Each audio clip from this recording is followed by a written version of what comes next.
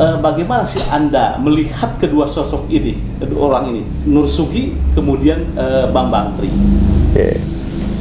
Jadi terkait baru saja adanya laporan polisi terkait videonya yang viral yang melakukan mubahalah yang menganggap seolah ijazah Jokowi itu adalah palsu. Lucu nih, mubahalah tapi mengklaim aja semaunya gitu, seolah-olah dia mau mempengaruhi masyarakat bahwasanya ada pembenaran dalam tuduhan ijazah Jokowi palsu itu gitu. Nah, dalam konteks agama itu kan nggak serta-merta begitu. Nah, makanya kalau ini dibiarkan mungkin akan menciptakan kegaduhan yang lebih besar lagi ketika itu, karena saya lihat di media sosial udah ramai sekali. Jadi, Assalamualaikum warahmatullahi wabarakatuh. Pemirsa Padusan, Nur Sugi dan Bambang Tri dijerat oleh Undang-Undang ITE pasal penistaan agama. Saya sekarang bersama dengan Bang Aulia Fahmi sebagai lawyer pelapor. Dari pelapor, betul. Dari pelapor. Apa kabarnya, Bang? Alhamdulillah baik. Ya, baik. Kelihatannya Anda ini berseri-seri nih. Waduh, ya banyak dapat informasi yang cukup memuaskan. Oke, Bang. Sebelum masuk ke kasus, bagaimana sih Anda melihat kedua sosok ini, kedua orang ini, Nur Sugi kemudian Bambang Tri? Jadi terkait baru saja adanya laporan polisi terkait videonya yang viral yang melakukan mubahalah yang menganggap seolah ijazah Jokowi itu adalah palsu. Ada teman dari Harmoni Muslim Nusantara sudah melaporkan. Jadi Harmoni Muslim Nusantara melaporkan ke Bareskrim. Bareskrim Anda mendampingi? Saya ini sebagai kuasa dari pelapor. Dia sudah melapor, kemudian datang ke kita dan kita memberikan bantuan hukum lah, perlindungan hukum. Nah, kita lihat memang dua orang ini bukan hanya sekali ini saja bermasalah dengan hukum. Mereka seperti Bambang Tri dulu juga sudah dipidana oleh putusan pengadilan. Sugi Nur juga sudah pernah dipidana. Jadi karena dua orang ini rupa-rupanya belum tobat-tobat gitu ya. Belum tobat-tobat, jadi saya rasa kepolisian atau penegak hukum kita harus lebih lebih tegas lagi lah. Iya. Bang, terkait dengan undang-undang ITE pasal undang-undang ITE itu jeratan hukumnya pasal berapa, kemudian berapa tahun nih kira-kira kalau benar-benar mereka diadili dan divonis hukumannya? Ya, kalau bicara undang-undang ITE pasal ujaran kebencian, ancaman hukuman di atas 5 tahun. Di atas 5 tahun. Kemudian kita ada juga melaporkan mengenai penistaan agama berdasarkan KUHP. Berapa karena sama? Itu 4 tahun. 4 tahun. Nah, karena kita lihat ada satu pasal yang memang ancaman hukuman di atas 5 tahun, maka seorang itu dapat ditahan nanti ketika sudah ditetapkan sebagai tersangka oleh kepolisian gitu. Sekarang kan posisinya sudah tersangka kan?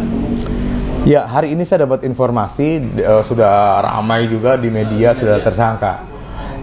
Namun apakah kedua orang ini sudah ditahan atau belum, itu adalah kewenangan kepolisian nanti. Tapi kalau Anda melihat ini ya, kalau Anda sebagai kuasa hukum, kira-kira apa ekspektasinya terhadap penegak hukum? Apakah harus ditahan sesegera mungkin atau seperti apa nih? Gini, dua orang ini seperti saya katakan tadi sudah beberapa kali berurusan dengan hukum, tapi nggak kapok, nggak tobat, masih berbuat lagi. Jadi nggak ada pilihan lain, memang harus diambil tindakan tegas supaya akan menimbulkan efek jerak juga kepada mereka, supaya mereka nggak berulang kali itu nyebar informasi-informasi sesat gitu. Menurut Anda impact yang terbesar dari kasus mubahalah, karena di dalam Islam itu kan ada mubahalah namanya, video yang viral itu kan konsep mubahalah yang oleh Sugi Nur, bahwa seolah itu benar.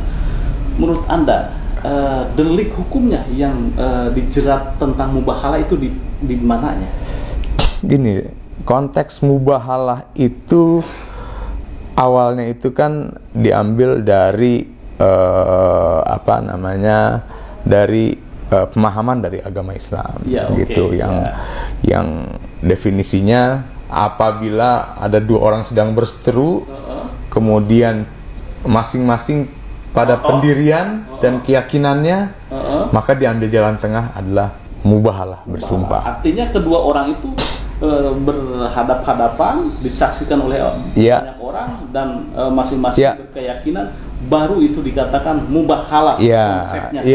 Tapi di video ini kan lucu nih, mubahalah tapi mengklaim aja semaunya, gitu, seolah-olah dia mau mempengaruhi masyarakat bahwasanya ada pembenaran dalam tuduhan ijazah Jokowi palsu itu, gitu. Nah, dalam konteks agama itu kan nggak serta-merta begitu. Nah, makanya kalau ini dibiarkan mungkin akan menciptakan kegaduhan yang lebih besar lagi ketika itu, karena saya lihat di media sosial udah ramai sekali. Jadi mungkin klausalnya bahwa ikon atau ikon-ikon agama dipakai, tetapi tidak semestinya, tidak ada sebuah persyaratan yang yang komprehensif tentang mubahalah begitu. Iya. Kan gini, untuk meyakini suatu pendapat, untuk meyakini suatu keterangan, informasi, harus dilengkapi dengan data. Gitu. Kalau cuman hanya ingin menuduh, ya semua orang juga bisa menuduh. Ya nggak begitu juga, gitu. Makanya kita lihat di sini dukungan dari saksi-saksi. Sudah saya lihat di media, temannya Pak Jokowi dulu, gitu kan, ada kepala sekolah, ada rektor UGM, sudah menyampaikan data dengan lengkap, begitu. Makanya kita juga akhirnya punya keyakinan bahwa yang disampaikan oleh Bambang Tri, yang kemudian difasilitasi oleh Sugi Nur, ya kita pandang sebagai kebohongan. Gitu. Duga ada kebohongan. Kita duga sebagai satu kebohongan. Jadi ketika mubahalah dilakukan, bahwa itu adalah sebuah penegasan dari mereka bahwa pernyataannya atau kasus-kasus yang dia perkarakan adalah benar, padahal belum tentu kebenarannya, dan sudah dipastikan bahwa ijazah Pak Jokowi adalah asli, begitu ya Bang ya? Iya, ya kalau kepala sekolah, rektor sudah memperlihatkan data-datanya, lalu apalagi yang mau disanggah, gitu. Lembaga yang mengeluarkan ijazah sudah bicara. Gitu. Jadi seseorang ketika terjerat undang-undang ITE, kemudian juga penistaan agama, itu luar biasa ternyata ya. Efeknya luar biasa karena ada sentimen agama di situ. Ketika ada sentimen agama di situ, maka akan timbul kepercayaan terhadap masyarakat yang menganut agama itu. Iya. Sampai dipastikan seperti itu. Pasalnya di situ ya. Iya, karena memang efeknya pun akibatnya udah sangat gaduh lah. Orang saking menghujat, saking memaki, saking mencaci di media sosial. Pemirsa, bahwa kita luar biasa nih, kalau tidak salah itu 2 minggu ya Bang ya, tentang ijazah palsu Pak Jokowi itu, waduh luar biasa. Luar biasa sekali itu. Medsos, dan banyak orang meyakini bahwa itu adalah. Nah makanya dengan tindakan kepolisian yang sudah memanggil Sugi Nur, artinya tindakan cepat ini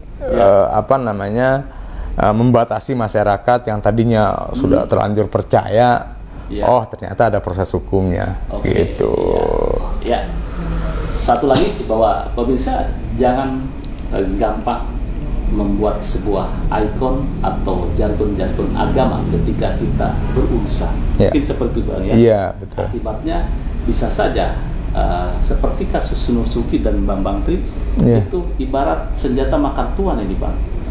Ya, memang bandel. Bukannya tobat dulu habis dihukum. bukannya taubat tapi malah ya mengulang terus gitu. Oke Bang, closing statement seperti apa terhadap Sugi, terhadap kepolisian? Apakah harus segera ditahan secepatnya atau seperti apa? Ya, karena ini adalah sebuah perbuatan yang berulang. Ya. Kita berharap kepada kepolisian, Bareskrim, Polri supaya mengambil langkah cepat dan tegas kepada kedua orang ini. Kalau perlu memang diharuskan mereka ditahan, ya harus ditahan gitu, karena efeknya sudah sangat luar biasa ini. Efeknya kegaduhan sudah sangat luar biasa. Sampai kemarin sudah dapat informasi juga sampai ada yang turun ke jalan. Ya, makanya harus menghentikannya dengan proses hukum. Hukum dan pengadilan yang akan menjawab nanti semuanya. Terima kasih Bang Fahmi. Ya, sama-sama. Terima kasih. Semoga masyarakat kita tidak terdampak lagi hoax. Iya, tidak terpengaruh. Iya, gitu. Tidak mudah percaya gitu dengan. Ketika kita mendapatkan informasi, harus kita saring dulu sebelum sharing. Mudah-mudahan bermanfaat dan jangan lupa like, share, subscribe pada Suara TV. Wassalamualaikum warahmatullahi wabarakatuh. Waalaikumsalam warahmatullahi wabarakatuh. Ya Bang, luar biasa. Terima kasih. Ya.